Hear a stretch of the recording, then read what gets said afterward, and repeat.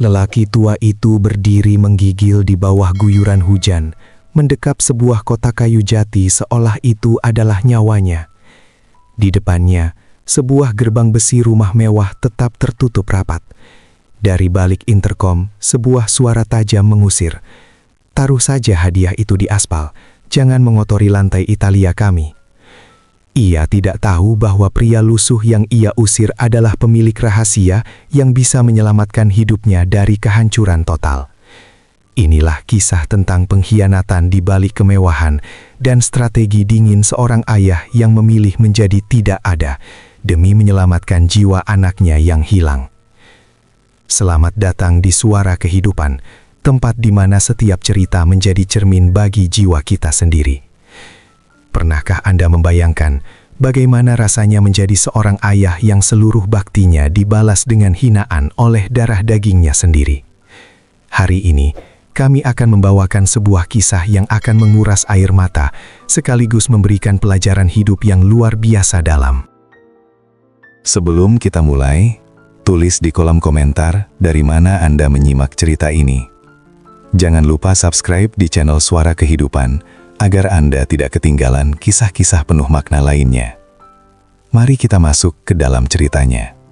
Lelaki kecil yang dulu sering tertidur di pangkukanku saat aku membacakan dongeng tentang pahlawan yang tak pernah menyerah. Kini, Bimo telah menjelma menjadi pahlawan di dunianya sendiri. Dunia yang berkilauan, dunia yang terbuat dari kaca dan baja. Dunia yang entah mengapa terasa begitu jauh dari jangkauan tanganku yang kasar. Bimo, apakah di istanamu yang tinggi itu masih ada ruang untuk kenangan yang berdebu ini? Bisikku lirih. Suaraku hilang ditelan deru hujan di luar jendela. Aku merasakan kehampaan yang luar biasa merayap di dada. Bukan karena aku tidak makan seharian, tapi karena hatiku lapar akan sebuah sapaan.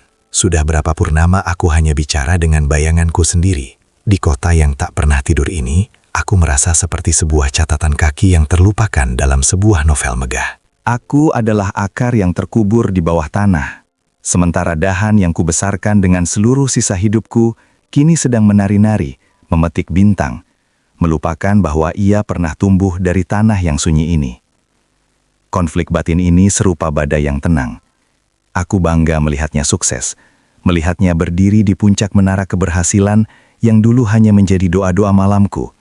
Namun, di balik rasa bangga itu, ada sepi yang menggigit. Aku takut, benar-benar takut, bahwa ketika ia mencapai langit, ia akan melihatku hanya sebagai titik kecil yang tak lagi berarti. Siska, istrinya, adalah sosok yang membawa warna baru dalam hidup Bimo. Namun bagiku, warna itu terasa dingin, seputih salju yang membekukan komunikasi kami. Aku bangkit berdiri, tulang-tulangku berderit protes. Aku berjalan menuju meja kerja kecilku, di mana sebuah kotak kayu jati tergeletak. Di dalamnya, ada sebuah ukiran pohon kehidupan yang kukerjakan selama berbulan-bulan dengan sisa tenagaku. Ini bukan sekadar kayu. Ini adalah separuh nyawaku. Ini adalah hadiah terakhir yang ingin kuberikan padanya besok malam, di hari ulang tahunnya yang ke-35. Aku tidak meminta kemewahan. Aku tidak mengharap harta. Aku hanya ingin ia melihat ukiran ini dan mengingat bahwa pohon yang rimbun sekalipun akan layu jika ia melupakan air yang dulu menyiraminya. Aku menatap keluar jendela pada lampu-lampu kota yang mulai berpendar. Besok, aku akan melangkah keluar dari zona sunyi ini, menuju gemerlap yang menakutkan itu, hanya demi sebuah pelukan yang kurindukan lebih dari nafas itu sendiri. Besok, aku akan melangkah keluar dari zona sunyi ini, menuju gemerlap yang menakutkan itu, hanya demi sebuah pelukan yang kurindukan lebih dari nafas itu sendiri. Malam ini, waktu terasa berjalan melambat. Seolah-olah jam dinding di atas pintu toko buku sengaja menahan detiknya, agar aku bisa merenung lebih lama. Aku mengemasi kotak kayu jati itu dengan kain beludru merah yang sudah agak pudar warnanya. Membungkusnya dengan ketelitian seorang ayah yang sedang mengemas seluruh cintanya dalam satu ruang sempit. Lampu neon di langit-langit berkedip-kedip, seakan ikut merasakan kegelisahan yang merayap di bawah kulitku. Aku bercermin pada kaca rak buku yang retak di sudutnya. Kulihat rambutku yang memutih sempurna, seperti ladang kapas yang baru saja dihujani salju.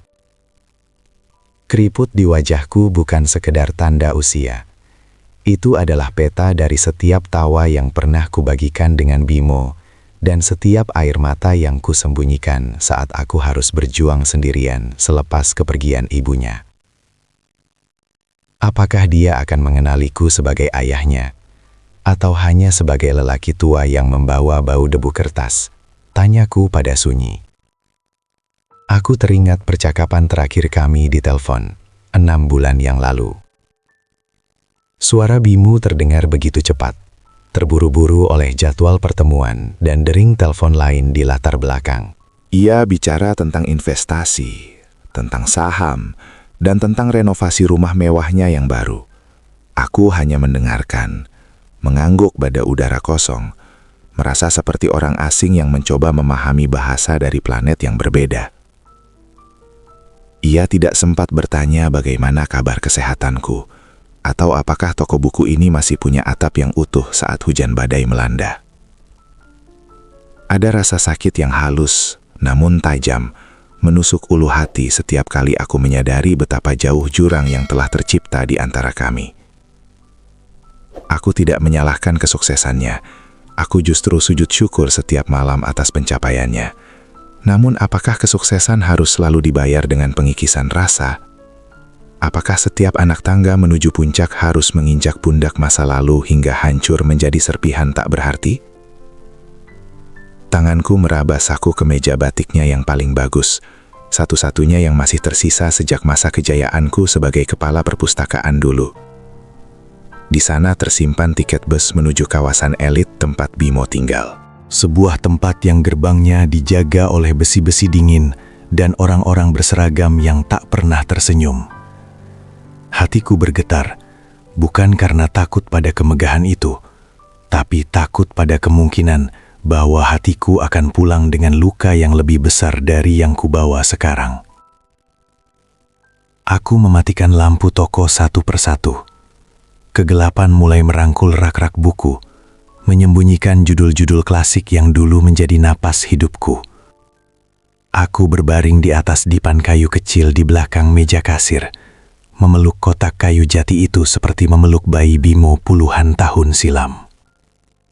Aku menutup mata, mencoba memanggil kembali suara tawa kecilnya yang renyah di antara sela-sela mimpi. Esok adalah hari penentuan. Apakah pohon kehidupan yang kubuat ini akan tumbuh kembali di hati anakku, atau justru akan tumbang di atas aspal yang membeku? Esok adalah hari penentuan. Apakah pohon kehidupan yang kubuat ini akan tumbuh kembali di hati anakku, atau justru akan tumbang di atas aspal yang membeku?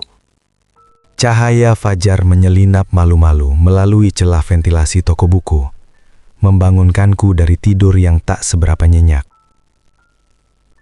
Aku segera berbenah, mengenakan kemeja batik yang telah kusetrika dengan tangan yang gemetar, mencoba meluruskan setiap helai kain, seolah sedang merapikan harga diri yang tersisa. Perjalanan di dalam bus kota terasa begitu panjang. Di antara hiruk-pikuk penumpang yang sibuk dengan gawai mereka, aku mendekap kotak kayu itu erat di pangkuanku. Setiap kali bus berguncang, jantungku ikut melonjak, cemas jika ukiran halus di dalamnya terbentur. Aku melihat keluar jendela. Gedung-gedung tinggi mulai mengepung pandanganku, menggantikan pohon-pohon rindang yang dulu menjadi saksi masa kecil Bimo. Kota ini telah berubah menjadi rimba beton yang angkuh, sangat kontras dengan ketenangan toko buku tuaku yang berdebu. Sesampainya di kawasan hunian Bimo, aku merasa seperti setitik tinta hitam di atas kertas yang terlalu putih.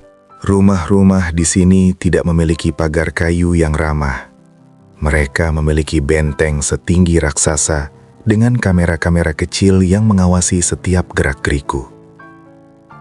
Aku berdiri di depan sebuah gerbang besi hitam yang mengkilap, tempat di mana alamat yang kutuliskan di secari kertas bermuara.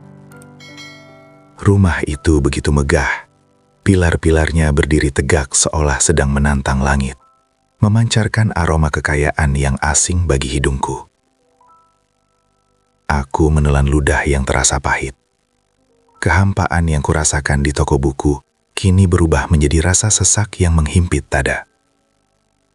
Di dalam sana, di balik tembok-tembok marmer itu, darah dagingku sedang merayakan bertambahnya usia. Aku membayangkan aroma masakan mewah dan suara denting gelas kristal. Sangat jauh dari aroma mie instan dan teh tawar yang biasa menemani malam-malam sepi babaknya. Ada konflik yang berkecamuk di batin ini. Haruskah aku menekan bel itu? Ataukah keberadaanku hanya akan merusak keindahan pesta yang sudah dirancang sedemikian rupa? Ayah hanya ingin melihatmu sebentar, Bimo. Bisikku pada angin yang mulai berembus dingin. Aku teringat bagaimana dulu kami sering berbagi sepotong roti dalam kesederhanaan. Namun tawa kami sanggup meruntuhkan sunyi. Kini, di depan kemewahan ini, aku justru merasa menjadi orang paling miskin di dunia. Bukan karena uang yang tak punya, tapi karena jarak hati yang terasa ribuan kilometer jauhnya. Aku merasa seolah identitasku sebagai seorang ayah telah memudar, terhapus oleh lapisan cat putih bersih rumah mewah ini. Hujan mulai turun satu persatu, membasahi bumi dengan tetesan yang kian menderu. Langit menggelap, seolah ikut berduka atas keraguan yang menyelimuti langkahku. Aku mengambil nafas panjang, mencoba mengumpulkan sisa keberanian yang masih berceceran di dasar hati. Dengan tangan yang kian dingin, aku perlahan mendekati bel intercom yang menempel di pilar megah itu. Sementara air hujan mulai membasahi bahu kemeja batik kesayanganku. Dengan tangan yang kian dingin, aku perlahan mendekati bel intercom yang menempel di pilar megah itu. Sementara air hujan mulai membasahi bahu kemeja batik kesayanganku. Aku menekan tombol perak itu dengan ragu. Bunyi bip yang nyaring terdengar, membelah suara rintik hujan yang kian menderas. Jantungku bertalu, berdegup lebih kencang daripada guntur yang bersahutan di langit Jakarta. Aku merapatkan kotak kayu jati di bawah ketiakku, melindunginya agar tak tersentuh air, karena di dalam sana ada seluruh doa yang kubungkus dengan cinta. Ya, cari siapa? Sebuah suara wanita keluar dari pengeras suara, dingin dan tajam, seperti mata pisau yang baru diasah. Itu suara Siska, menantuku. Siska, ini Bapak. Jawabku dengan suara yang sedikit bergetar, mencoba menyisipkan nada ramah di tengah kedinginan yang menusuk tulang. Bapak datang untuk memberikan hadiah ulang tahun untuk Bimo. Apakah Bimo ada di rumah? Hening sejenak. Hanya suara musik klasik yang lamat-lamat terdengar dari balik dinding besar itu, bercampur dengan suara gelak tawa orang-orang yang sedang bersulang. Aku membayangkan Bimo di sana, mengenakan setelan jas mahal, dikelilingi oleh rekan-rekan bisnisnya yang berpakaian mentereng. Hatiku terasa sedikit hangat membayangkan ia bahagia, namun kehangatan itu segera sirna oleh kalimat berikutnya yang meluncur dari intercom. Mas Bimo sedang sibuk, Pak. Ada banyak tamu penting dari kantor. Tidak enak kalau ada tamu asing yang masuk sekarang, kata Siska tanpa sedikit pun rasa sungkan. Lagi pula, rumah sedang bersih. Kalau Bapak masuk dengan baju basah kuyup seperti itu, nanti lantainya kotor semua. Karpet ini diimpor langsung dari Italia, Pak. Kalimat itu menghujam dadaku lebih menyakitkan daripada tusukan kuku tajam. Tamu asing, katanya. Darah dagingku sendiri kini dianggap asing karena aku membawa bau hujan dan kemiskinan. Aku menatap kemeja batikku yang kini melekat erat di kulit karena basah. Aku tidak peduli dengan diriku yang menggigil. Tapi kata-kata Siska membuat hatiku membeku. Aku merasa harga diriku sebagai seorang manusia, sebagai seorang ayah, sedang diinjak-pijak di atas keramik mewah yang mereka banggakan. Bapak hanya sebentar, Siska. Bapak tidak akan lama. Bapak hanya ingin menyerahkan ukiran ini untuk Bimo. Aku mencoba memohon. Sebuah hal yang tak pernah kulakukan kepada siapapun sepanjang hidupku. Taruh saja di atas aspal itu, Pak, di depan pagar. Nanti kalau pestanya sudah selesai dan hujan reda, pembantu kami akan mengambilnya. Tolong ya, jangan tekan bel lagi. Mas Bimo bisa terganggu pembicaraannya. Lanjut Siska, sebelum suara klik memutus sambungan. Aku terpaku. Dunia seolah berhenti berputar. Aku menatap pintu besi hitam yang tetap tertutup rapat, membentengi aku dari anak yang dulu ku kerik punggungnya saat ia masuk angin, yang dulu ku suapi saat ia sakit. Hujan kini bukan lagi sekadar air, tapi seperti air mata langit yang ikut meratapi nasib seorang tua yang tak lagi memiliki tempat di hati anaknya sendiri. Aku berdiri di sana, di atas aspal yang mulai digenangi air, menyadari bahwa senyum yang sering diperlihatkan Bimo di foto-foto media sosialnya hanyalah tirai yang menyembunyikan pengkhianatan paling sunyi terhadap ayahnya. Aku berdiri di sana, di atas aspal yang mulai digenangi air, menyadari bahwa senyum yang sering diperlihatkan Bimo di foto-foto media sosialnya hanyalah tirai yang menyembunyikan pengkhianatan paling sunyi terhadap ayahnya. Air hujan yang mengalir di wajahku terasa hangat, menyamarkan air mata yang akhirnya jatuh tanpa mampu kubendung lagi. Aku menunduk, menatap kotak kayu jati yang masih kudekap sekuat tenaga. Kotak ini adalah harga diri terakhirku, namun di mata mereka, ini hanyalah benda asing yang berpotensi mengotori kemilau lantai Italia. Dengan gerakan yang sangat pelan dan hati yang hancur berkeping-keping, aku berlutut di atas aspal yang dingin. Kutelahkan kotak berisi ukiran pohon kehidupan itu, tepat di depan gerbang besi yang angkuh. Aku tidak ingin benda ini rusak. Namun aku juga tak sanggup lagi membawanya pulang. Hadiah ini sudah kehilangan jiwanya sejak pintu itu menolak untuk terbuka. Aku meletakkannya dengan hati-hati, seperti seorang ibu yang meninggalkan bayinya karena terpaksa. Di antara genangan air yang mulai membasahi kain beludru pembungkusnya. "Selamat ulang tahun, Bimo," bisikku. Nyaris tak terdengar di antara deru badai. "Maafkan Bapa yang hanya bisa mengotori aspal di depan rumahmu." Aku bangkit berdiri. Namun mataku tak sengaja menangkap bayangan di balik jendela lantai 2 yang sedikit terbuka. Di sana, aku melihat Bimo. Ia berdiri memegang gelas kristal, tertawa lebar bersama beberapa lelaki berjas rapi. Aku tahu dia melihatku. Aku tahu dia melihat ayahnya berdiri menggigil seperti pengemis di depan rumahnya sendiri. Namun, alih-alih berlari keluar, ia justru menarik tirai sutra itu hingga tertutup rapat, melenyapkan sosokku dari pandangannya seolah aku hanyalah gangguan kecil dalam malam perayaannya. Tindakan itu lebih menyesakan daripada kata-kata tajam Siska. Itu adalah pengkhianatan di balik senyum yang paling nyata. Bimo tidak sedang sibuk, dia sedang malu. Dia malu memiliki ayah yang tampak lusuh dengan kemeja batik basah. Seorang ayah yang tidak bisa memberikan keuntungan bisnis atau menambah prestise di depan kolega-koleganya. Di saat itulah sesuatu di dalam dadaku yang selama ini lunak karena kasih sayang tiba-tiba mengeras seperti karang.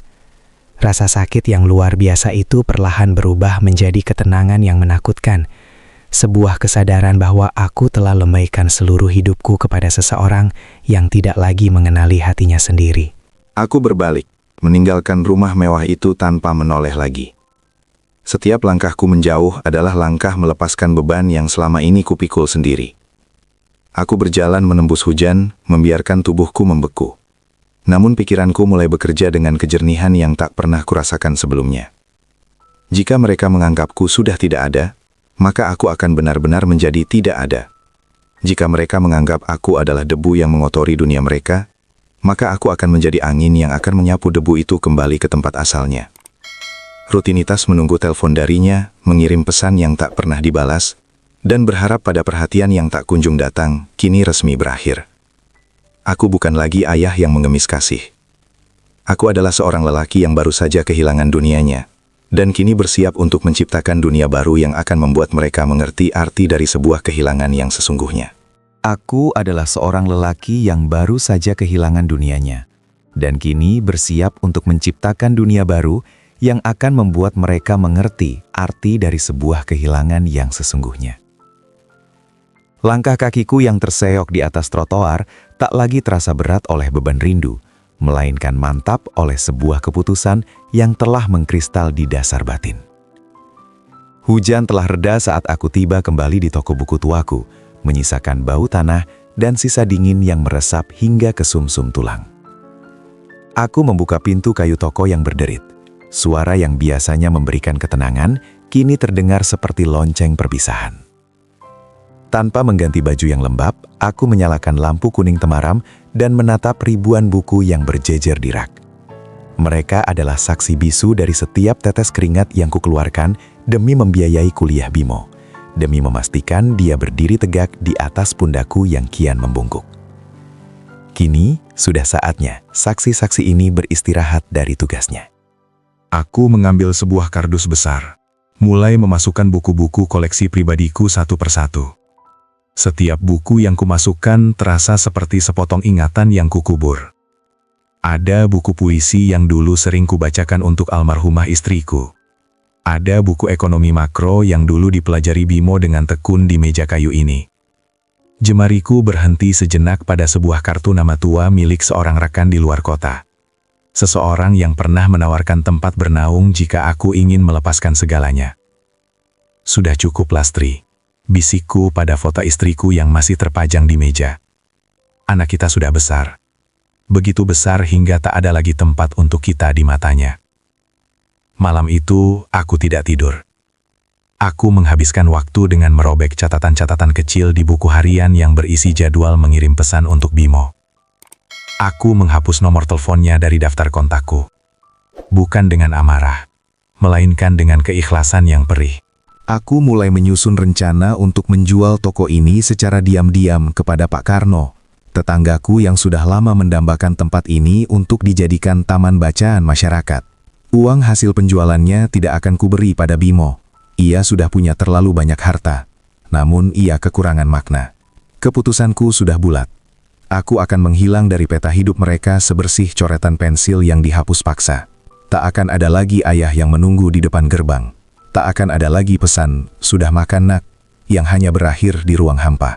Aku akan menciptakan sebuah misteri yang akan menghantui setiap sudut rumah mewahnya kelak.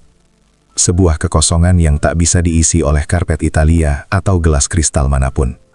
Saat fajar mulai menyingsing, toko buku itu sudah terlihat berbeda. Rak-rak mulai melompong, dan aku telah mengemas satu koper kecil berisi sisa hidupku. Aku menatap keluar jendela pada aspal jalanan yang kini mulai kering, membayangkan ukiran pohon kehidupan yang mungkin saat ini sudah dibuang ke tempat sampah oleh pembantu Bimo. Senyum pahit tersungging di bibirku. Mereka berpikir telah membuang sampah, tanpa tahu mereka baru saja membuang satu-satunya jangkar yang menjaga mereka agar tidak hanyut dalam kesombongan dunia.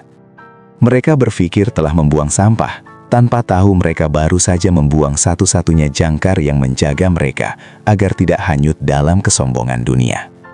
Namun sebelum aku benar-benar melangkah pergi ke desa pesisir itu, ada sesuatu yang menahanku. Bukan kerinduan, melainkan rasa ingin tahu yang dingin.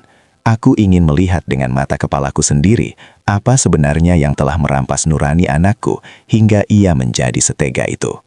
Aku tidak langsung pergi ke terminal. Aku memutuskan untuk singgah di sebuah kedai kopi kecil di seberang gedung perkantoran milik Bimo.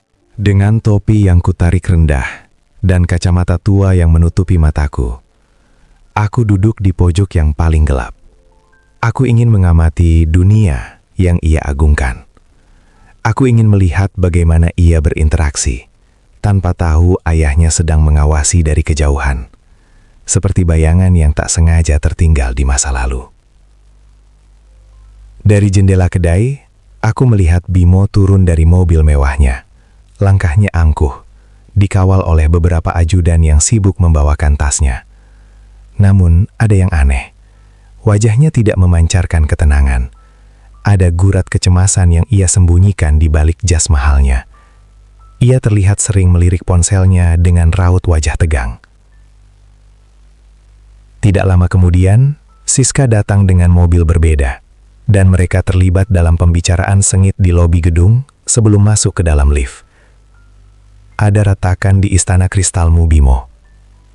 Gumamku dalam hati. Aku mulai mengumpulkan kepingan informasi dari percakapan para karyawan yang kebetulan singgah di kedai kopi itu. Mereka adalah saksi yang paling jujur tentang apa yang terjadi di puncak menara. Aku mendengar desas-desus tentang investasi besar yang gagal, tentang gaya hidup Siska yang melampaui batas pendapatan, dan tentang pinjaman-pinjaman yang mulai jatuh tempo. Ternyata, kemegahan yang mereka tunjukkan padaku malam itu hanyalah topeng rapuh yang sedang retak. Hatiku tidak merasa senang, namun aku juga tidak merasa sedih. Aku hanya merasa kosong. Aku menyadari bahwa pengkhianatannya padaku malam itu mungkin adalah puncak dari stres yang ia alami. Ia malu bukan hanya karena aku miskin, tapi karena ia takut kemiskinan itu menular padanya saat ia sendiri sedang di ujung tanduk. Strategiku kini menjadi lebih dingin. Aku tidak akan membantunya dengan cara yang biasa. Aku akan membiarkannya jatuh ke dasar, agar ia tahu siapa yang benar-benar berdiri saat semua orang pergi. Aku menghabiskan sisa sore itu dengan berkeliling di sekitar kompleks kantornya, mencatat siapa saja rekan bisnisnya yang mulai menarik diri. Aku diam-diam menyelidiki akar masalah ini, seperti seorang detektif yang sedang mempelajari kasus orang asing. Aku tidak lagi bertindak sebagai ayah yang ingin melindungi, melainkan sebagai penonton yang ingin memastikan sebuah pelajaran tersampaikan dengan sempurna. Kepergianku nanti bukan hanya untuk menghilang, tapi untuk menyiapkan jaring pengaman yang hanya bisa ia temukan jika ia sudah benar-benar kehilangan segalanya. Kepergianku nanti bukan hanya untuk menghilang, tapi untuk menyiapkan jaring pengaman yang hanya bisa ia temukan jika ia sudah benar-benar kehilangan segalanya. Aku kembali ke toko buku yang kian senyap, berjalan menuju sebuah lemari besi kecil yang tersembunyi di bawah tumpukan ensiklopedia lama. Dengan kunci yang kukalungkan di leher, aku membuka pintu besi yang sudah berkarat itu, mengeluarkan sebuah amplop coklat besar yang telah kusimpan selama hampir 3 dekade. Sebuah rahasia yang bahkan almarhumah istriku pun hanya mengetahuinya separuh. Di dalamnya, bukan hanya sekedar akta kepemilikan toko buku tua ini, melainkan surat kuasa atas sebidang tanah luas di pinggiran kota, yang kini menjadi kawasan industri strategis. Itu adalah warisan dari kakekku yang kuminta untuk dirahasiakan, agar Bimo tumbuh tanpa merasa memiliki sandaran harta yang mudah. Aku ingin dia menjadi lelaki yang dibentuk oleh kerja keras, bukan oleh kemudahan yang melenakan. Namun ironinya, kerja keras itu justru membentuknya menjadi sosok yang haus akan pengakuan dan buta akan kasih sayang. Harta ini bisa menyelamatkan bisnismu dalam sekejap, nak, bisikku sambil membelai kertas yang sudah menguning itu. Tapi jika kuberikan sekarang, kau hanya akan semakin tenggelam dalam kesombongan yang menghancurkanmu. Aku mulai menyusun strategi dingin dengan sangat teliti. Aku menghubungi pengacara lamaku, Pak Broto, orang yang paling kupercaya.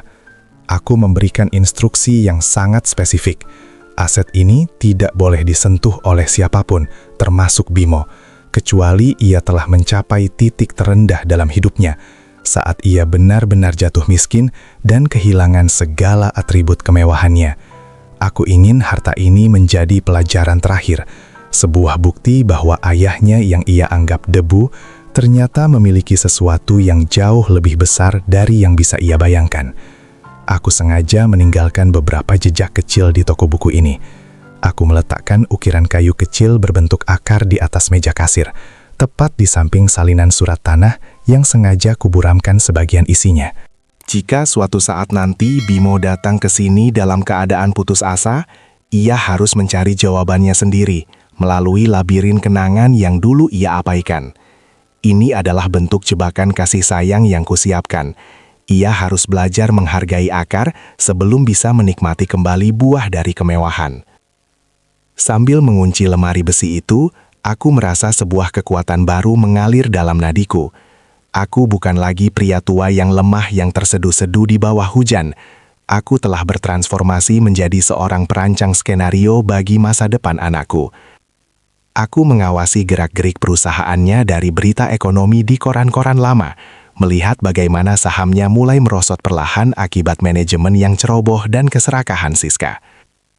Aku diam dalam bayang-bayang, menunggu saat yang tepat ketika drama ini mencapai puncaknya, sementara aku sendiri bersiap untuk melangkah menuju pengasingan yang megah di tepi pantai. Aku diam dalam bayang-bayang, menunggu saat yang tepat ketika drama ini mencapai puncaknya, sementara aku sendiri bersiap untuk melangkah menuju pengasingan yang megah di tepi pantai. Sebelum aku benar-benar menyerahkan kunci toko ini kepada Pak Karno, aku menghabiskan malam terakhirku dengan menyisir setiap sudut ruangan yang telah menjadi saksi bisu kehidupanku. Aku membersihkan debu yang menempel di rak-rak kosong, seolah sedang membasuh luka-luka yang sempat tertinggal di sana. Aku duduk di kursi kayu favoritku, menatap meja kasir yang kini tampak asing tanpa tumpukan buku baru. Di bawah laci meja itu, aku menempelkan sebuah amplop kecil berisi petunjuk pertama bagi Bimo. Sebuah kutipan dari buku filsafat kesukaannya dulu. Harta paling berharga tersimpan di tempat yang paling kau abaikan. Aku tahu, dengan sifatnya yang sekarang, Bimo mungkin tak akan pernah memahami kalimat itu, kecuali dunianya benar-benar runtuh, dan ia terpaksa kembali ke rumah tua ini untuk mencari perlindungan. Sambil menunggu fajar, aku mulai menulis beberapa surat anonim yang ditujukan kepada rekan bisnis Bimo yang paling setia, namun sering ia remehkan. Aku memberikan masukan-masukan strategi secara tersirat, menggunakan nama samaran, untuk memastikan bahwa jika Bimo jatuh, orang-orang baik di sekitarnya tetap memiliki pegangan. Ini adalah bagian dari strategi dinginku. Aku tidak ingin menghancurkan masa depannya, aku hanya ingin menghancurkan kesombongannya. Aku ingin dia merasakan bagaimana rasanya ditolong oleh tangan-tangan yang tak terlihat, seperti tanganku yang selama ini ia anggap tak ada. Kau harus belajar bahwa dunia tidak berputar di sekelilingmu saja, nak. Bisikku pada bayangan hitam di luar jendela. Aku melihat sebuah truk sampah lewat di depan toko, mengingatkanku pada kotak kayu pohon kehidupan yang kutinggalkan di atas aspal malam itu. Rasa perih itu sempat muncul, namun segera kupadamkan dengan kenyataan bahwa aku sedang membangun sesuatu yang lebih besar dari sekadar ukiran kayu. Aku sedang mengukir kembali jiwa anakku yang telah hilang. Aku mengemas beberapa botol tinta dan pena bulu ayam ke dalam koper kecilku, perlengkapan yang akan menemaniku melukis nasib baru di desa Cihurip nanti. Tepat saat matahari mulai mengintip dari ufuk timur, Pak Karno datang dengan wajah penuh haru. Kami bersalaman tanpa banyak kata, namun ia tahu bahwa aku sedang menitipkan lebih dari sekadar bangunan. Aku menitipkan sebuah bab terakhir dari hidupku. Aku melangkah keluar, mengunci pintu toko untuk terakhir kalinya, dan merasakan udara pagi yang segar menyapu wajahku. Aku tidak menoleh lagi. Di saku kemejaku, tiket bus menuju Garut sudah menunggu, membawa Aris menuju kematian identitas lamanya. Sementara di dalam gedung-gedung tinggi sana, Bimo masih terlelap dalam ilusi kemegahan yang mulai goyah. Bus melaju membelah kabut pagi, meninggalkan Jakarta yang angkuh menuju pelukan pegunungan yang tenang. Setiap kilometer yang kutempuh terasa seperti lapisan beban yang terkelupas dari pundakku. Aku menatap keluar jendela, melihat sawah-sawah hijau yang membentang luas. Sebuah pemandangan yang menyegarkan mata yang selama ini hanya menatap debu buku dan aspal hitam. Setibanya di desa Cihurip, udara pegunungan yang sejuk langsung membasuh paruku. Jauh lebih murni dari udara yang dipenuhi ambisi di kota besar. Aku tidak lagi memperkenalkan diriku sebagai Aris, pria tua yang ditolak anaknya.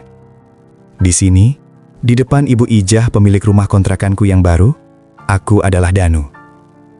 Seorang lelaki penyendiri yang hanya ingin menghabiskan masa tuanya dengan melukis dan berkebun. Identitas baru ini terasa seperti jubah pelindung. Sebuah ruang di mana aku bisa bernafas tanpa harus merasa malu atas kemiskinan yang dituduhkan padaku. Pak Danu, silahkan masuk. Rumahnya kecil, tapi airnya jernih dari mata air. Ucap Ibu Ijah dengan senyum tulus yang sudah lama tidak kutemui. Aku menata koper kecilku di kamar yang hanya beralaskan tikar pandan. Meski sederhana, ketenangan di sini terasa sangat mewah. Namun di balik ketenangan itu, strategiku tetap berjalan. Aku membeli sebuah koran nasional setiap pagi di pasar desa, mencari berita tentang fluktuasi pasar dan profil perusahaan.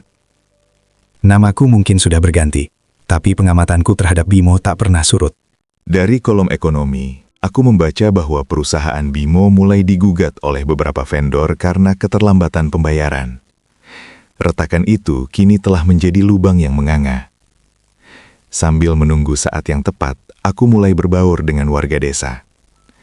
Aku membantu anak-anak di masjid belajar menulis kaligrafi, menggunakan jemariku yang dulunya hanya memegang buku kas. Penduduk desa Cihurip mengenalku sebagai sosok yang bijaksana, namun penuh rahasia. Mereka tidak tahu bahwa di balik senyum ramah Pak Danu, ada seorang ayah yang sedang menghitung mundur detik-detik kehancuran istana pasir anaknya. Aku sedang menyiapkan diri untuk babak berikutnya, di mana aku tidak akan lagi bersembunyi. Malam-malamku di desa ini diisi dengan melukis sketsa wajah Bimo pada kanvas-kanvas kosong. Namun kali ini bukan dengan rasa rindu yang meratap. Aku melukisnya sebagai persiapan mental untuk konfrontasi besar yang akan datang. Aku tahu, berita tentang kebangkrutannya akan segera meledak. Dan saat itu terjadi, ia akan mulai mencari siapapun yang bisa ia jadikan pegangan. Aku mematikan lampu minyak di meja kecilku, menatap bulan purnama yang bersinar terang di atas sawah. Bimo, sebentar lagi duniamu akan gelap. Dan di saat itulah, kau akan menyadari bahwa cahaya yang kau padamkan malam itu adalah satu-satunya lentera yang kau punya. Bimo, sebentar lagi duniamu akan gelap. Dan di saat itulah, kau akan menyadari bahwa cahaya yang kau padamkan malam itu adalah satu-satunya lentera yang kau punya. Prediksiku tidak meleset. Berita besar itu akhirnya muncul di halaman depan koran yang kubeli di pasar pagi ini. Judulnya mencolok, membakar mataku dengan kenyataan pahit. Sebuah perusahaan properti besar dinyatakan gagal bayar, dan direktur utamanya, anakku, terjerat dalam pusaran utang yang tak berujung. Di desa Cihurip yang tenang, aku bisa membayangkan hiruk-pikuk di Jakarta. Aku membayangkan Bimo yang kini mungkin sedang dikelilingi oleh tumpukan surat sitaan, bukan lagi oleh rekan bisnis yang memujinya. Aku membayangkan Siska yang mungkin sedang sibuk mengemasi barang-barang mewahnya, bukan untuk menyelamatkan suaminya, melainkan untuk menyelamatkan dirinya sendiri dari kemiskinan yang ia takuti. Puncak drama ini telah dimulai, dan ritme napasku terasa semakin berat, seolah ikut memikul reruntuhan gedung yang ia bangun dengan kesombongan. Namun, kejutan sebenarnya bukan pada kejatuhan finansialnya. Melalui koneksiku dengan Pak Broto, aku mendapat kabar bahwa Bimo mulai mencari keberadaanku dengan membabi buta. Ia mendatangi toko buku tua itu, namun hanya menemukan Pak Karno yang memberikan jawaban ketus bahwa pemilik lamanya telah lenyap bersama debu. Bimo mulai menyadari bahwa ia telah membuang satu-satunya orang yang tidak akan pernah meninggalkannya karena alasan harta. Penyesalan itu mulai merayap, bukan karena cinta, tapi karena ia butuh suaka. Cari aku, Bimo. Carilah akar yang kau injak itu di tengah badai ini. Gumamku sambil menatap pegunungan yang tertutup kabut.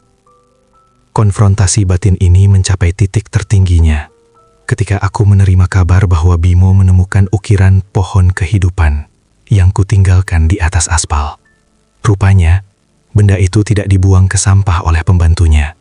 Benda itu disimpan oleh seorang satpam yang merasa iba, dan kini kembali ke tangan Bimo dalam keadaan lecet dan kotor.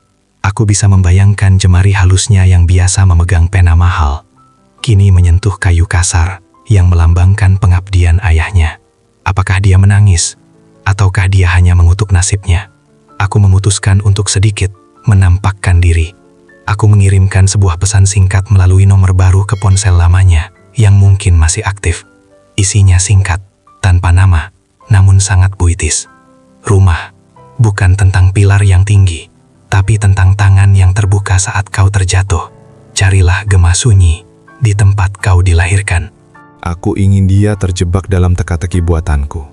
Aku ingin dia merasakan bagaimana rasanya mengejar sesuatu yang tak terlihat, persis seperti caraku mengejar kasih sayangnya selama puluhan tahun.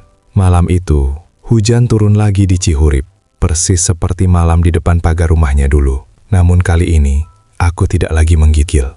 Aku berdiri di beranda rumah kontrakanku, menanti bayangan masa lalu yang mungkin akan muncul di jalanan setapak desa ini. Strategi dinginku telah mencapai puncaknya. Jebakan kasih sayang ini telah terpasang sempurna. Bimo harus memilih. Tetap tenggelam dalam puing-puing kemewahannya yang hancur, atau merendahkan hatinya untuk mencari seorang ayah yang telah ia anggap mati di atas aspal dingin. Bimo harus memilih. Tetap tenggelam dalam puing-puing kemewahannya yang hancur, atau merendahkan hatinya untuk mencari seorang ayah yang telah ia anggap mati di atas aspal dingin.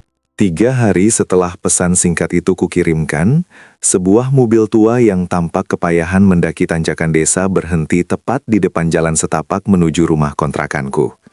Dari balik jendela yang sedikit terbuka, aku melihat sosok lelaki yang tampak asing. Bukan karena wajahnya, tapi karena aura keangkuhan yang biasanya melekat, kini telah luruh, digantikan oleh gurat kelelahan yang sangat dalam. Bimo turun dari mobil itu. Jas mahalnya tak lagi licin, kemejanya kusut, dan matanya merah seolah tak pernah menyentuh tidur selama berhari-hari. Ia berdiri di depan pagar bambu rumahku, menoleh ke kanan dan ke kiri dengan ragu. Di tangannya, ia mendekap erat kotak kayu jati yang lecet itu, hadiah ulang tahunnya yang pernah tergeletak hina di atas aspal. Hatiku bergetar melihat pemandangan itu, namun aku segera mengeraskan batin. Ini adalah bagian dari proses penyembuhan jiwanya yang sakit. Permisi, apakah ada orang di dalam?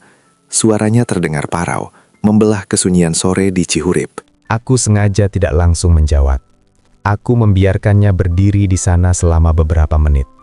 Merasakan bagaimana rasanya menjadi pihak yang menunggu di depan pintu yang tertutup. Aku ingin dia merasakan desiran angin gunung yang dingin. Membiarkan alam membersihkan sisa-sisa kesombongan kota yang masih menempel di kulitnya. Setelah kurasa cukup, aku perlahan membuka pintu kayu rumahku. Melangkah keluar dengan tenang sambil membawa sebuah cangkir tanah liat berisi teh hangat. "Mencari siapa, nak?" tanyaku dengan nada datar, tanpa sedikit pun menunjukkan pengakuan bahwa aku adalah ayahnya.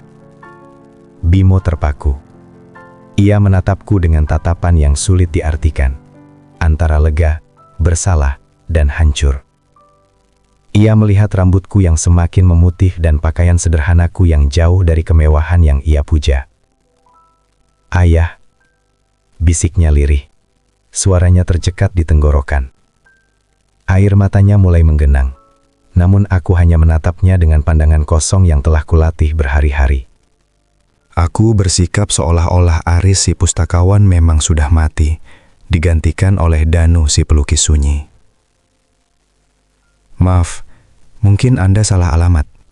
Nama saya Danu," ucapku dingin, namun tetap sopan. Aku memutar tubuh, seolah hendak kembali masuk ke dalam rumah. "Ayah, jangan lakukan ini. Aku tahu ini ayah. Aku menemukan pesan itu. Aku menemukan toko buku yang kosong. Ayah, tolong lihat aku." Bimo berteriak. Suaranya pecah di antara pepohonan cengkeh yang mengelilingi rumah kami. Ia jatuh terduduk di atas tanah yang becek, meletakkan kotak kayu itu di depannya. "Aku kehilangan segalanya ya. Siska pergi, rumah disita. Semua orang menghujatku. Hanya kotak kayu ini yang tersisa. Hanya kayu lecet ini yang tidak meninggalkanku." Aku berhenti tepat di ambang pintu, memunggungi anakku yang sedang bersimpuh dalam kehancurannya. Konflik di dadaku meledak. Bagian dari diriku ingin segera memeluknya, namun bagian yang lain tahu bahwa jebakan ini harus tuntas. Ia harus menyadari bahwa harta sesungguhnya bukanlah apa yang ia miliki, melainkan siapa yang tetap ada saat ia tak punya apa-apa. Dengan suara yang tetap tenang namun menghujam, aku berkata tanpa menoleh, "Dunia yang kau bangun dari kaca memang indah untuk dipandang, tapi ia sangat tajam saat hancur menimpamu sendiri. Masuklah jika kau bersedia menerima segelas teh tawar dari orang asing ini." Dengan suara yang tetap tenang namun menghujam, aku berkata tanpa menoleh, "Dunia yang kau bangun dari kaca memang indah untuk dipandang, tapi ia sangat tajam saat hancur menimpamu sendiri. Masuklah jika kau bersedia menerima segelas teh tawar dari orang asing ini." Dengan suara yang tetap tenang namun menghujam, Aku berkata tanpa menoleh. Dunia yang kau bangun dari kaca memang indah untuk dipandang, tapi ia sangat tajam saat hancur menimpamu sendiri. Masuklah, jika kau bersedia menerima segelas teh tawar dari orang asing ini. Bimo melangkah dengan kaki yang berat, melewati ambang pintu rumah kecilku yang berlantai semen dingin. Ia duduk di atas kursi kayu yang keras, meletakkan kotak jati yang kini tampak begitu berharga di atas meja kecil yang bergoyang. Keheningan menyelimuti ruangan. Suara desis air yang mendidih di dapur menjadi satu-satunya musik pengiring kecanggungan ini.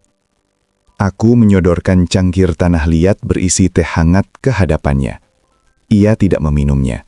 Ia hanya menatap uap yang mengepul, sementara air matanya jatuh tanpa suara, membasahi tangannya yang gemetar.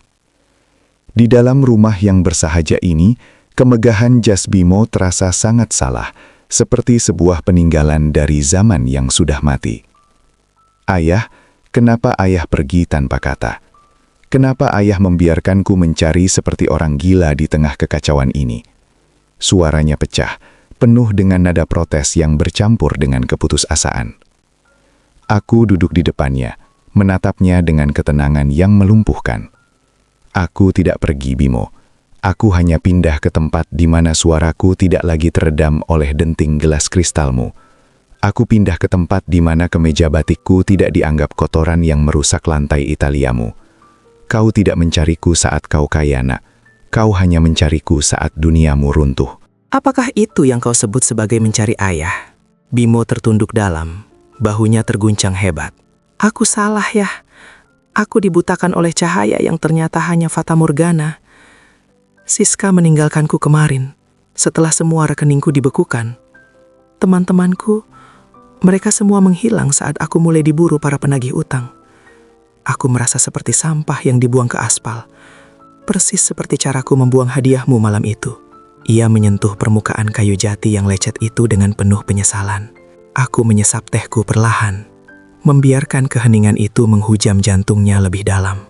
Inilah saatnya konfrontasi yang sesungguhnya. Aku bangkit berdiri, berjalan menuju pojok ruangan, dan mengambil sebuah amplop coklat besar yang telah kusimpan di balik lukisan pemandangan pantai. Aku meletakkannya di depan Bimo. Buka itu, perintahku dingin, dengan tangan gemetar. Bimo membuka amplop tersebut. Matanya membelalak saat melihat sertifikat tanah luas di pinggiran kota dan surat kuasa yang tertulis atas namanya dengan syarat yang sangat spesifik. Ia menatapku dengan tatapan tak percaya, seolah sedang melihat sosok asing yang memiliki kekuatan dewa. Ini aset senilai puluhan miliar, ayah. Sejak kapan? Kenapa ayah hidup menderita di toko buku tua jika ayah punya ini? Aku tidak pernah menderita di toko buku itu, Bimo. Aku bahagia karena hatiku penuh. Aku menyimpan ini bukan untuk diriku, tapi untuk hari ini. Hari di mana kau menyadari bahwa akar yang kau remehkan adalah satu-satunya hal yang bisa menopangmu saat badai datang. Jawabku, suaraku kini bergetar oleh emosi yang tertahan. Tapi ingat, harta ini belum menjadi milikmu. Ia hanya akan cair jika kau bersedia membuang Bimo yang sombong dan menjadi manusia kembali. Ini adalah jebakan terakhirku untukmu, nak.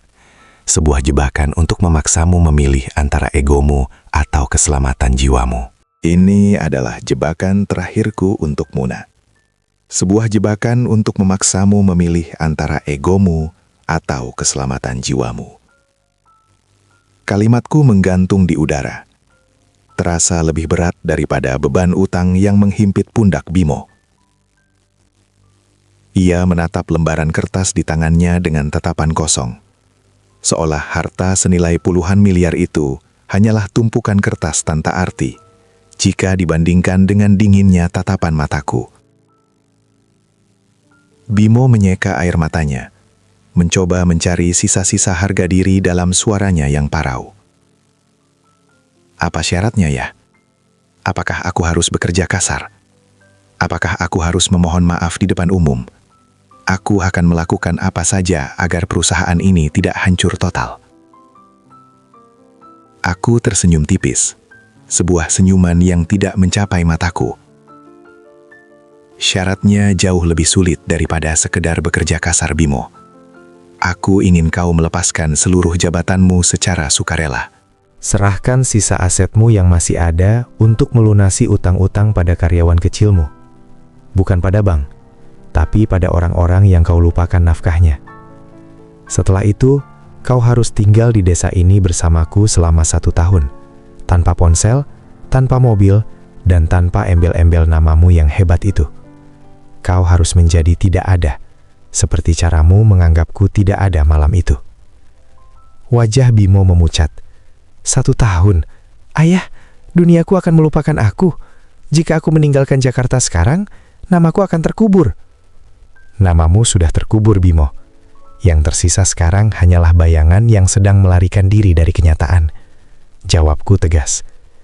Aku berdiri, berjalan menuju jendela yang menatap langsung ke arah makam desa yang sunyi. Pilihlah. Jika kau menolak, bawalah kertas-kertas itu kembali ke Jakarta. Tapi ketahuilah bahwa surat kuasa itu hanya akan berlaku jika ada tanda tanganku sebagai saksi hidup bahwa kau telah berubah. Tanpa kehadiranku, itu hanyalah sampah. Konfrontasi ini mencapai puncaknya saat Bimo mulai meracau tentang Siska, tentang kontrak-kontrak yang masih berjalan, dan tentang rasa malunya jika harus hidup di desa sebagai orang biasa. Aku hanya mendengarkan, membiarkannya mengeluarkan seluruh racun kesombongan yang masih tersisa di hatinya.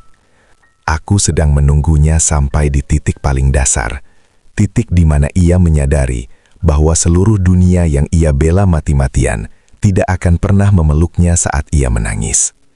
Siska tidak akan pernah mau menjemputku di tempat seperti ini ya, bisiknya akhirnya, seolah baru menyadari bahwa satu-satunya wanita yang ia agungkan telah benar-benar melenyap. Itulah kebenaran yang harus kau telana. Dia mencintai kursimu, bukan dirimu. Dia mencintai cahaya lampumu, bukan jiwamu. Kataku pelan, kini sedikit melembutkan nada suaraku. Aku berjalan mendekat, meletakkan tanganku yang keriput di bahunya. Sekarang, buatlah keputusan. Apakah kau ingin terus memeluk bangkai kemegahanmu? Atau kau ingin pulang ke pelukan akar yang masih mencintaimu meski kau hancurkan? Bimo menatap kotak kayu jati yang lecet di atas meja, lalu menatapku. Di matanya, aku melihat sebuah badai yang mulai reda, digantikan oleh kepasrahan yang teramat sangat. Ia menarik nafas panjang, seolah sedang menghirup udara terakhir dari kehidupannya yang lama.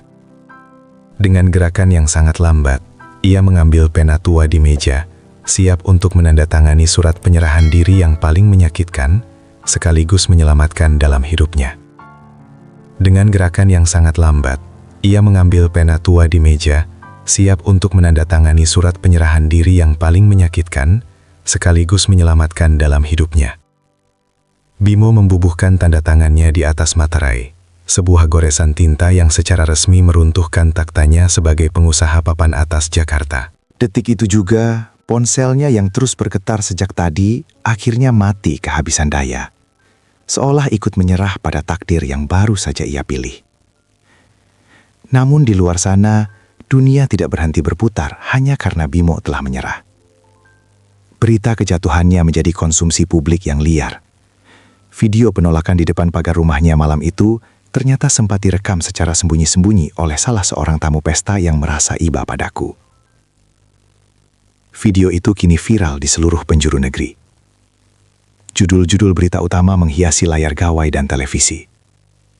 Miliarder yang mengusir ayahnya kini jatuh miskin. Dan karma instan, anak durhaka kehilangan segalanya. Aku melihat wajah Bimo yang pucat pasi saat kami melihat berita itu dari televisi tabung milik Ibu Ija. Namun ada satu hal yang membuat netizen lebih gempar. Seorang wartawan investigasi berhasil menelusuri siapa sebenarnya Pak Aris, si pustakawan tua itu. Rahasia yang kusimpan rapat selama puluhan tahun meledak ke permukaan. Aku bukanlah sekedar pensiunan yang malang.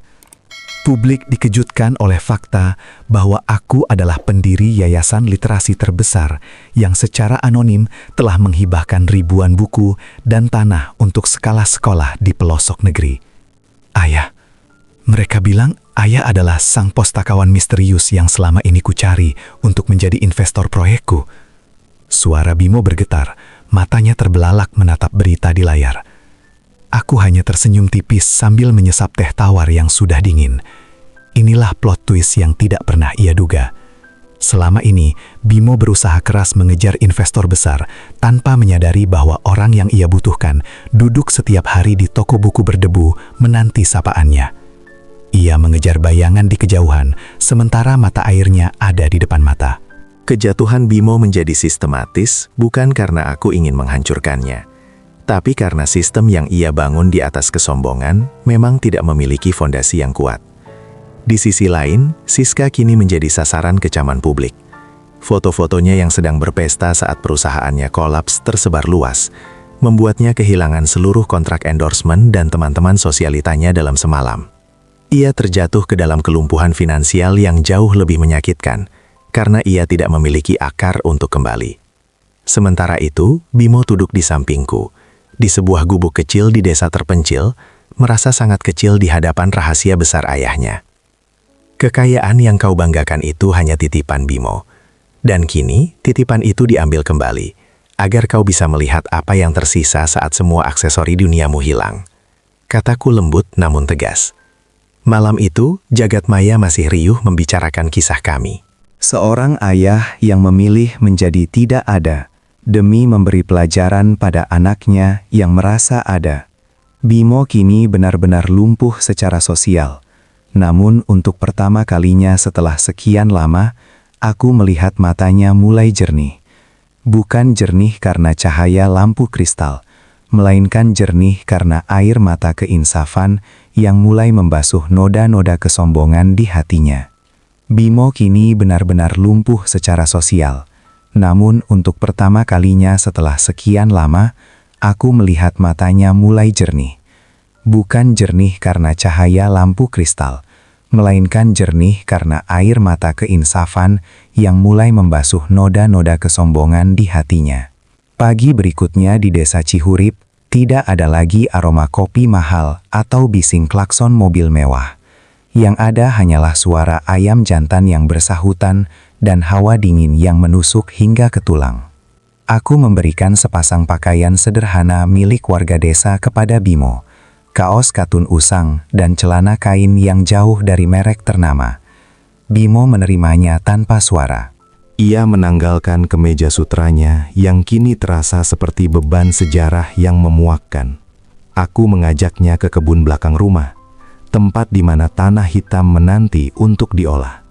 Hari ini, kau akan belajar bagaimana caranya mencintai sesuatu yang tidak bisa memberimu pujian, Bimo. Kataku sambil menyodorkan sebuah cangkul kecil. Tanah ini jujur.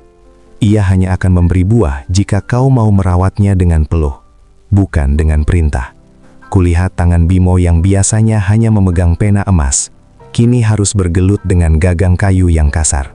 Setiap ayunan cangkulnya tampak canggung, dan keringat mulai membanjiri wajahnya yang biasa terpapar pendingin ruangan. Namun, ia tidak mengeluh. Ada kejatuhan yang nyata dalam setiap gerakannya. Sebuah keruntuhan ego yang sedang dipaksa tunduk pada hukum alam. Ia berkali-kali berhenti, menatap telapak tangannya yang mulai memerah, namun kemudian melanjutkan kembali, seolah sedang mencoba mencangkul dosa-dosanya sendiri. Kejatuhan sistematis ini merayap ke setiap sendi hidupnya. Di kota, aset-asetnya telah resmi beralih fungsi. Melalui bantuan Pak Broto, sisa hartanya mulai didistribusikan untuk membayar gaji buruh bangunan yang sempat tertunggak di proyeknya. Bimo mendengar kabar itu melalui radio tua di dapurku. Ia hanya mengangguk pelan, menyadari bahwa martabatnya yang hancur sedang dibangun kembali. Melalui kejujuran, bukan melalui saldo bank. Sore hari, saat kami duduk di beranda sambil menatap langit yang mulai jingga, Bimo berbisik pelan. Ya, dulu aku pikir tangan yang kotor adalah tanda kegagalan. Tapi kenapa sore ini, meski tanganku penuh tanah dan tubuhku lelah, hatiku terasa tidak seberat saat aku berada di kantor. Aku menatapnya dengan rasa haru yang kupendam dalam-dalam. Karena saat kau memiliki segalanya, kau sibuk menjaga apa yang kau punya agar tidak hilang. Sekarang, saat kau tidak punya apa-apa, kau tidak perlu takut kehilangan. Kau baru saja menemukan kebebasan paling murni, Nak. Namun, kedamaian itu sempat terusik ketika ia melihat berita di koran lokal tentang Siska. Dikabarkan bahwa mantan istrinya itu kini harus menghadapi tuntutan hukum karena penggelapan dana yang ia lakukan di belakang Bimo selama ini. Bimo menutup matanya rapat-rapat. Ada perih yang tersisa. Sebuah plot twist hidup yang menunjukkan bahwa orang yang paling ia bela adalah orang yang paling dalam menanamkan duri di punggungnya. Ia kini benar-benar sendirian di dunia ini, kecuali seorang lelaki tua yang dulu ia biarkan menggigil di atas aspal. Ia kini benar-benar sendirian di dunia ini, kecuali seorang lelaki tua yang dulu ia biarkan menggigil di atas aspal. Keheningan malam di Cihurip terasa lebih pekat. Hanya ditemani suara jangkrik yang bersahutan di balik rimbunnya pohon cengkeh. Bimo duduk di lantai kayu, masih memandangi kotak jati lecet yang kini ia letakkan di pangkuannya dengan penuh rasa hormat. Jemarinya meraba permukaan kayu yang kasar, hingga tak sengaja ia merasakan ada sesuatu yang tidak rata pada bagian alas kotak tersebut. "Ayah, ada sebuah celah di sini," bisik Bimo memecah kesunyian. Aku yang sedang merapikan kuas lukis hanya meliriknya sekilas, memberikan isyarat dengan anggukan kecil agar ia meneruskannya. Dengan hati-hati, Bimo menekan sudut tersembunyi pada ukiran pohon kehidupan itu. Tiba-tiba, sebuah laci rahasia yang sangat tipis terbuka di bagian bawah kotak.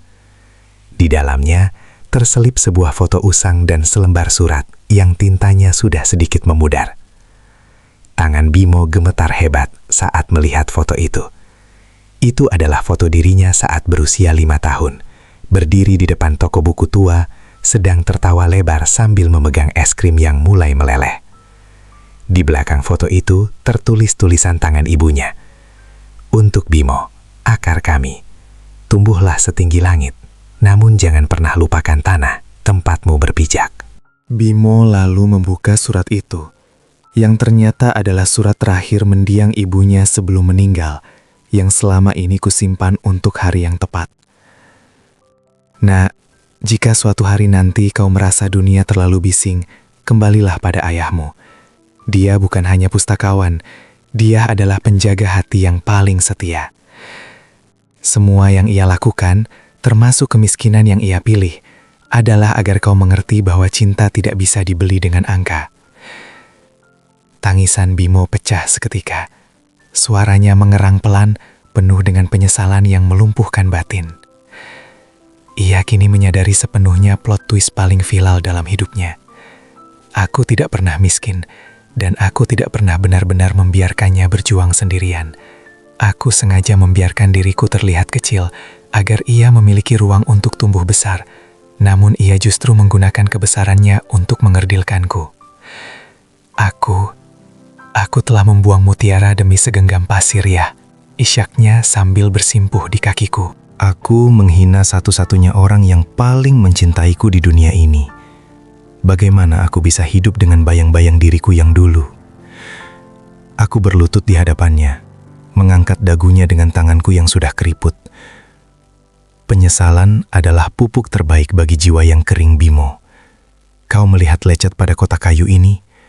Itu adalah luka yang kau berikan malam itu di atas aspal.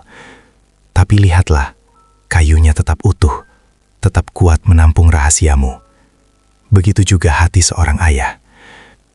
Malam itu menjadi anti klimaks yang luar biasa. Tidak ada lagi rahasia di antara kami.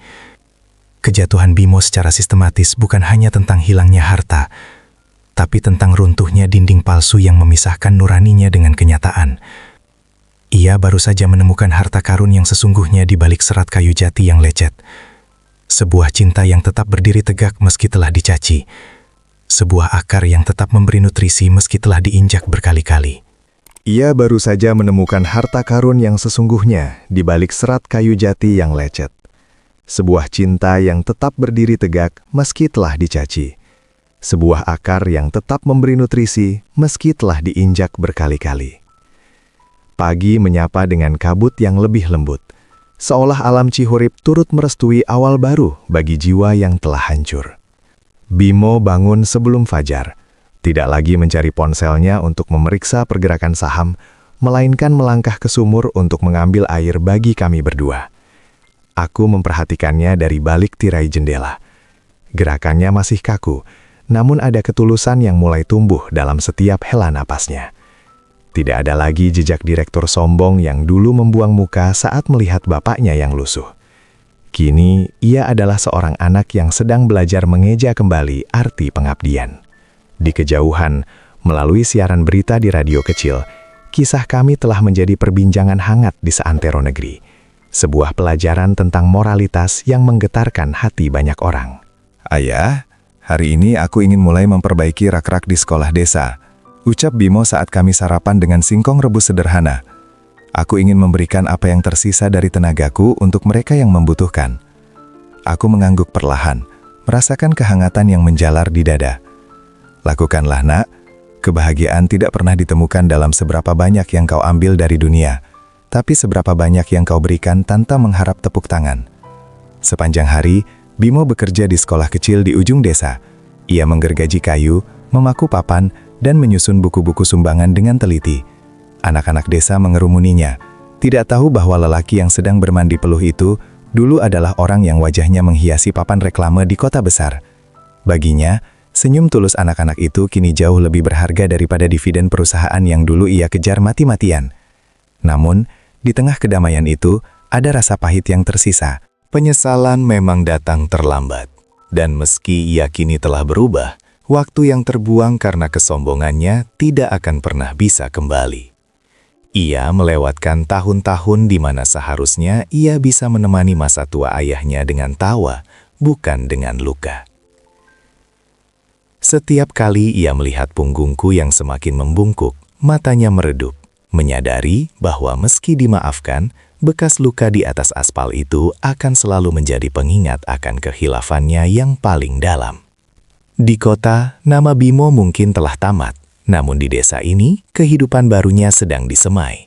Ia mulai memahami bahwa pohon kehidupan yang kuukir bukan sekedar benda mati, melainkan filosofi tentang bagaimana seorang manusia harus berdiri tegak di atas akarnya sendiri. Publik yang dulu menghujatnya melalui layar kaca, kini mulai belajar tentang pengampunan dan kesempatan kedua melalui cerita kami yang tersebar luas sebagai cermin kehidupan bagi segala umur. Publik yang dulu menghujatnya melalui layar kaca, kini mulai belajar tentang pengampunan dan kesempatan kedua melalui cerita kami yang tersebar luas sebagai cermin kehidupan bagi segala umur. Namun, seiring dengan membaiknya jiwa Bimo, raga tuaku mulai menunjukkan batasnya. Seolah-olah tugas besarku untuk menuntunnya pulang telah tuntas, dan kini alam menuntut sisa tenagaku. Suatu sore, saat angin gunung berembus lebih tajam dari biasanya, dadaku terasa sesak. Sebuah rasa sakit yang tumpul namun dalam, memaksa lututku untuk menyerah pada gravitasi lantai kayu. Ayah, pekik Bimo, menjatuhkan gergaji yang sedang ia pegang dan berlari menyangga tubuhku sebelum aku menyentuh tanah. Wajahnya pucat pasi, jauh lebih takut daripada saat ia kehilangan seluruh kekayaannya di Jakarta. Ia membopongku ke dipan kayu, menyelimutiku dengan kain sarung tua yang aromanya ia benci dulu, namun kini ia peluk erat-erat. Nafasku tersenggal, dan setiap tarikan udara terasa seperti duri yang menusuk paru-paru. Aku menatap matanya yang basah, melihat pantulan ketulusan yang selama ini kucari-cari dalam doa-doa sunyiku di toko buku. Jangan sekarang ya, tolong. Aku baru saja mulai belajar menjadi anakmu lagi. Bisiknya dengan suara yang hancur. Jemarinya yang kini kasar menggenggam tanganku yang dingin. Aku mencoba tersenyum, meski bibirku terasa kaku. Bimo, pohon yang sudah tua pasti akan meranggas, agar daun-daun baru sepertimu bisa mendapatkan sinar matahari yang utuh. Jangan takut pada sunyi. karena akar kita sudah menyatu di bawah tanah ini. Keadaan kesehatanku yang menurun drastis menjadi ujian terakhir bagi baktinya. Malam itu, Bimo tidak beranjak sejengkal pun dari samping tempat tidurku. Ia mengganti kompres di dahiku, membacakan kutipan-kutipan dari buku klasik yang dulu pernah ia remehkan, dan menyuapiku dengan bubur encer yang ia buat sendiri di dapur tungku. Tidak ada asisten, tidak ada perawat mahal. Hanya ada seorang anak dan ayahnya di bawah remang lampu minyak yang menari-nari ditiup angin malam. Penyesalan yang terlambat itu kini benar-benar terasa nyata dan menghimpit. Bimo menyadari bahwa harta sebanyak apapun tidak akan bisa membeli satu detik pun kesehatan ayahnya yang telah ia sia-siakan. Ia menangis dalam diam setiap kali melihat tanganku yang gemetar mencoba mengelus rambutnya. Di tengah keheningan desa, ia membisikkan permohonan maaf berulang-ulang, sebuah mantra penawar luka yang kini menjadi satu-satunya harta yang bisa ia berikan kepadaku. Aku memejamkan mata, merasakan detak jantungku yang kian melambat namun tenang. Aku tidak lagi merasa sedih, karena misiku telah selesai. Aku telah melihat anakku kembali ke hakikat kemanusiaannya. Di luar, bintang-bintang Jihurip bersinar terang, seolah-olah seluruh semesta sedang menyaksikan sebuah akhir yang puitis dari drama panjang pengkhianatan dan pengampunan. Aku telah siap menyambut bab terakhir, meninggalkan warisan yang tidak akan bisa disita oleh bank manapun. Sebuah hati yang telah pulih. Cahaya mentari pagi menyelinap lembut melalui celah jendela, menyentuh wajah Bimo yang tertidur dalam posisi duduk di samping dipanku, masih dengan tangan yang menggenggam erat jemariku. Aku menarik napas panjang untuk terakhir kalinya, merasakan kedamaian yang begitu paripurna, sebelum akhirnya membiarkan jiwaku melayang bebas meninggalkan raga yang lelah ini. Ketika Bimo terbangun dan menyadari bahwa napasku telah terhenti, tidak ada teriakan histeris yang membelah sunyi. Hanya ada isak tangis yang dalam dan sunyi. Sebuah pelepasan dari seorang lelaki yang kini benar-benar memahami arti kehilangan. Ia mencium keningku dengan takzim. Sebuah penghormatan yang dulu ia lupakan saat ia masih bertahta di gedung kaca. Di bawah bantal, ia menemukan sebuah kunci kecil dan surat terakhir yang kutulis saat aku baru tiba di Cihurip. Bimo, anakku, jika kau membaca ini, berarti aku sudah pulang ke pelukan ibumu. Jangan menangis terlalu lama. Tanah dan rahasia yang kutinggalkan bukanlah untuk mengembalikan kemewahanmu, tapi untuk membangun kembali harga dirimu. Gunakanlah aset itu untuk membangun sekolah dan perpustakaan, agar tidak ada lagi anak-anak yang tumbuh menjadi dewasa tanpa mengenal nurani. Jadilah pohon yang rindang, tempat banyak orang bernaung. Prosesi pemakamanku di desa berlangsung sangat sederhana namun penuh dengan pelayat. Warga desa, anak-anak yang pernah kuajari menulis, hingga Pak Karnu dari kota. Semua datang memberikan penghormatan terakhir. Bimo berdiri di depan pusara. Tidak lagi mengenakan jas mahal, melainkan kemeja batik tua milikku yang dulu pernah ia anggap kotor. Ia menanam bibit pohon jati tepat di samping nisan kayu sederhanaku, menyiraminya dengan air mata keinsafan yang tulus. Kisah tentang kami, tentang seorang ayah yang memilih mati dalam kemiskinan palsu demi menghidupkan jiwa anaknya, akhirnya menjadi legenda yang melegenda di jagat nyaya. Banyak orang yang tersadar bahwa kesuksesan tanpa bakti adalah sebuah kegagalan yang terselubung. Bimo memilih menetap di desa, mengelola yayasan literasi yang kuwariskan, dan menghabiskan sisa hidupnya untuk memastikan bahwa pohon kehidupan yang kuukir akan terus tumbuh di hati generasi mendatang. Kini, setiap kali angin berembus di antara dahan jati di makamku, Bimo akan tersenyum kecil sambil mengelus ukiran kayu jati lecet yang selalu ia bawa. Ia tahu, meski raga ayahnya sudah menyatu dengan bumi, namun cinta dan pelajaran yang kutinggalkan telah menjadi akar yang abadi dalam jiwanya. Penyesalan memang datang terlambat. Namun, di balik keterlambatan itu, sebuah kebenaran telah mekar dengan indahnya. Bahwa harta yang paling megah di dunia ini adalah doa seorang ayah dan bakti seorang anak yang telah kembali pulang. Harta bisa dicari, jabatan bisa diganti, namun hati seorang ayah yang terluka tidak akan pernah sama lagi. Kisah Pak Aris dan Bimo mengingatkan kita semua bahwa keberhasilan yang sesungguhnya bukanlah tentang seberapa tinggi pilar rumah kita, melainkan seberapa rendah hati kita saat sudah berada di atas. Jika cerita ini menyentuh hati Anda, silahkan klik tombol like dan share kepada orang-orang tersayang, sebagai pengingat untuk selalu berbakti sebelum segalanya terlambat. Menurut Anda, bagian mana yang paling menyayat hati? Sampaikan pendapat Anda di kolom komentar. Sampai jumpa di kisah bermakna selanjutnya. Tetaplah menjadi manusia yang penuh kasih. Terima kasih telah mendengarkan Suara Kehidupan.